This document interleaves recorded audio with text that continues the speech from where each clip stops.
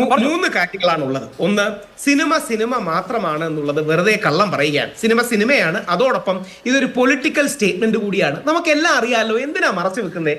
ഈ സിനിമയിലെ കഥാപാത്രങ്ങൾ ആരാന്ന് പോലും നമുക്ക് അറിയില്ലേ? ശ്രീ സുരാജ് വെഞ്ഞാറമൂടിന്റെ സജനചന്ദ്രൻ ശ്രീ കെ സുരേന്ദ്രനാണ്. മേടയിൽ രാജൻ വലിയൊരു അളവ് വരെ ശ്രീ നമ്മുടെ പിണറായി വിജയൻ അവരുടെ റെപ്രസെന്റേഷൻ ആണ്.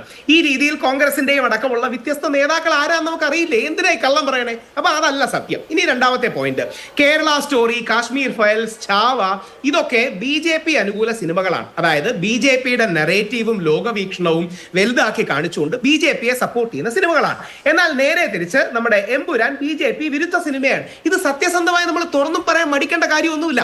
അതായത് കേരള സ്റ്റോറീസ് എന്ന് പറയുന്നത് കേരളത്തിലെ 3 പെൺകുട്ടികൾക്ക് സംഭവിച്ചത് 32,000 പെൺകുട്ടികൾക്ക് സംഭവിച്ചു എന്ന് കള്ളം പറഞ്ഞു അതിശയോക്തി കലർത്തിയുള്ള ഒരു സിനിമയാണ്. സിമിലർലി എനിക്ക് എമ്പുരാൻ ഭയങ്കരമായിട്ട് ഇഷ്ടപ്പെട്ടു. ഞാൻ വളരെ ഇഷ്ടപ്പെടുന്ന ഒരു സിനിമയാണ്. ഞാൻ ഒന്നുകൂടെ കാണും. എമ്പുരാനിൽ ഒരുപാട് പോസിറ്റീവ്സ് ഉണ്ട്. കേരള സിനിമയെ ലോക നിലവാരത്തേക്ക് വരുത്തുന്നു. പക്ഷേ 2-3 കാര്യങ്ങൾ അവോയ്ഡ് ചെയ്യായിരുന്നു. നേരത്തെ ശ്രീ ബാബുജി കറക്റ്റായിട്ട് പറഞ്ഞതുപോലെ ഇടുക്കി ഡാം അല്ലെങ്കിൽ നമ്മുടെ ഡാം ബോംബ് വെച്ച് തകർക്കും എന്നൊക്കെ പറയുന്നത് ഒരു ഇറ്റ് ഇസ് ടു മച്ച്. അപ്പൊ അതൊരു ബാലൻസ് ഇല്ലാതെ പറഞ്ഞതാണ്. രണ്ട്, ശ്രീ കെ സുരേന്ദ്രനും മണിക്കൂട്ടനും സംസാരിക്കുമ്പോൾ അണ്ണ തുടങ്ങുന്ന ഒരു പ്രയോഗമുണ്ട്. ഞാൻ പറയാൻ ആഗ്രഹിക്കുന്നില്ല.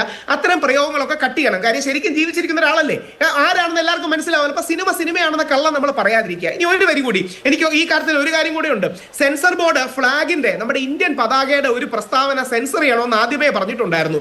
ഞാൻ മനസ്സിലാക്കുന്നത് അത് കാവി ഹിന്ദുക്കളെയും വെള്ള ക്രിസ്ത്യാനികളെയും പച്ച മുസ്ലിങ്ങളെയും പ്രതിദാനം ചെയ്യുന്നു എന്നും വില്ലനായ ബാബ ബജറംഗി എനിക്ക് പച്ചയെ ഇഷ്ടമല്ല എന്ന് പറയുന്ന ഡയലോഗിനിടയ്ക്കുള്ള 10 സെക്കൻഡാണ് കട്ട് ചെയ്യാൻ പറഞ്ഞതാണ്. അപ്പൊ ഇത് റിയൽ ലൈഫ് പൊളിറ്റിക്സിന്റെ റിഫ്ലക്ഷൻ ആണ്. ഇതിൽ ഒറ്റ കാര്യമേ ഉള്ളൂ, എനിക്ക് സിനിമ ഭയങ്കരമായിട്ട് ഇഷ്ടപ്പെട്ടു, ഞാൻ വീണ്ടും കാണും. പക്ഷേ ഈ സിനിമയെ ഒഴിവാക്കാമായിരുന്നു എന്ന് പറയുന്നത് ഇപ്പൊ രാജ്യം ഭരിക്കുന്ന കക്ഷിയോട് സാദൃശ്യം തോന്നുന്ന അല്ലെങ്കിൽ അവരെ ഏതെങ്കിലും തരത്തിലൊക്കെ നമുക്ക് ഐഡന്റിഫൈ ചെയ്യാൻ പറ്റുന്ന കാര്യങ്ങളൊക്കെ ഒഴിവാക്കണം എന്നുള്ളതാണ്. ഇപ്പോ കാരണഭൂതൻ തിരുവാതിര അടക്കം പരാമർശ വിധേയമായിട്ടുണ്ടല്ലോ. പിന്നെ ഇപ്പോ ഡാം ബോംബ് വെച്ച് തകർക്കുന്ന കാര്യം പറഞ്ഞു.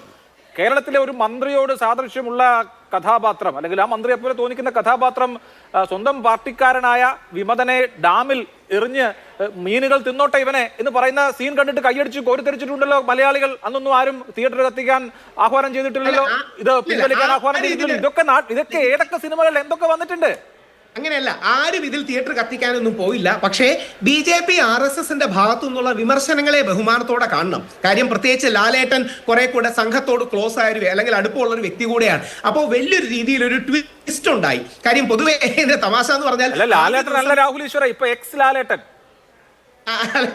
അല്ല. ഇനി ചില ആൾക്കാർ എനിക്ക് ലാലേട്ടൻ ദൈവമാണ് അതുവരെ ലാലേട്ടൻ എന്നൊക്കെ വിളിച്ചു തുടങ്ങി.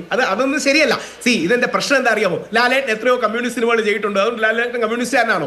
ലാലേട്ടൻ അടക്കം ഒരു സോഫ്റ്റ് ഹിന്ദു ലൈൻ എടുക്കുന്ന വ്യക്തിയിൽ നിന്ന് പെട്ടെന്ന് ഇത് പ്രതീക്ഷിച്ചില്ല. ലാലേട്ടൻ പൂർണ്ണമായിട്ട് സിനിമ പോലും കണ്ടില്ല. ഞാൻ ലാലേട്ടനുമായി ബന്ധമുള്ളവരെ വിളിച്ചു ചോദിച്ചപ്പോൾ അദ്ദേഹം ഇന്നലെയാണ് അല്ലെങ്കിൽ ആദ്യ ദിവസമാണ് സിനിമ പൂർണ്ണമായിട്ട് കണ്ടതെന്നാണ് ഞാൻ മനസ്സിലാക്കുന്നത്. അപ്പോൾ വലിയൊരു രീതിയിൽ വിമർശനം വന്നു. അപ്പോൾ ഒരു കാര്യം കൂടി ഉണ്ട്. ഒരു വിൻ ആണ്. 17 കട്ടുകൾ സ്വന്തമായി ചെയ്യാമെന്ന് പറയുകയും ശ്രീ സുരേഷ് കുമാർ അടക്കം ശ്രീ സുരേഷ് കുമാർജി അടക്കം ഈ വിഷയത്തിൽ ഇടപെട്ടു എന്നും 17 കെട്ടുകൾ സ്വന്തമായി ചെയ്യാമെന്നും തീരുമാനിച്ചത് പൃഥ്വിരാജിന് ഒരു വിജയമാണ്. അതേപോലെ BJP RSSന്റെ അണികളെ തൃപ്തിപ്പെടുത്താനുള്ള ഒരു ഫേസ് സേവറും വിജയവുമാണ്. കാര്യം ചില കാര്യങ്ങൾ ഞങ്ങൾ പറയുന്നതും അക്കോമഡേറ്റ് ചെയ്തു എന്ന് പറഞ്ഞു. പക്ഷേ ഇതിൽ നമ്മൾ ഉപയോഗിച്ചുകൂടാത്ത ഒരേ ഒരു വാദഗതി ഇത് സിനിമ മാത്രമാണെന്നാണ്. അങ്ങനെയല്ല, ഇതൊരു പൊളിറ്റിക്കൽ സ്റ്റേറ്റ്മെന്റ് കൂടിയാണ്. അതിന് വലിയൊരു ധൈര്യം പൃഥ്വിരാജ് കാണിച്ചിട്ടുണ്ട്. NIAയുടെ ദുരുപയോഗം, EDയുടെ ദുരുപയോഗം, ഇത് എല്ലാവർക്കും അറിയാവുന്ന കാര്യമാണല്ലോ. പക്ഷെ ചില വാക്കുകൾ, ബോംബ് പോലുള്ള കാര്യങ്ങൾ, അത് കുറച്ച് കൂടിപ്പോയി. ബാലൻസ് പൃഥ്വിരാജ് കുറെ കൂടെ പിടിക്കണമായിരുന്നു. ഒരു വരി കൂടെ പറഞ്ഞ് അവസാനിപ്പിക്കാം. ലൂസിഫർ കുറച്ചുകൂടെ ബാലൻസ്ഡ് ആയിരുന്നു. പക്ഷേ എമ്പുരാൻ സ്ട്രോങ് ആക്കുന്നതിന്റെ ഭാഗമായി ആ ബാലൻസ് ചെറുതായിട്ട് അമിതമായി ലെഫ്റ്റിലേക്ക് ടിൽറ്റ് ചെയ്തു എന്നുള്ളതാണ് അതിന്റെ പച്ച പരമാർത്ഥം, എല്ലാവർക്കും അറിയാവുന്ന പരമാർത്ഥം.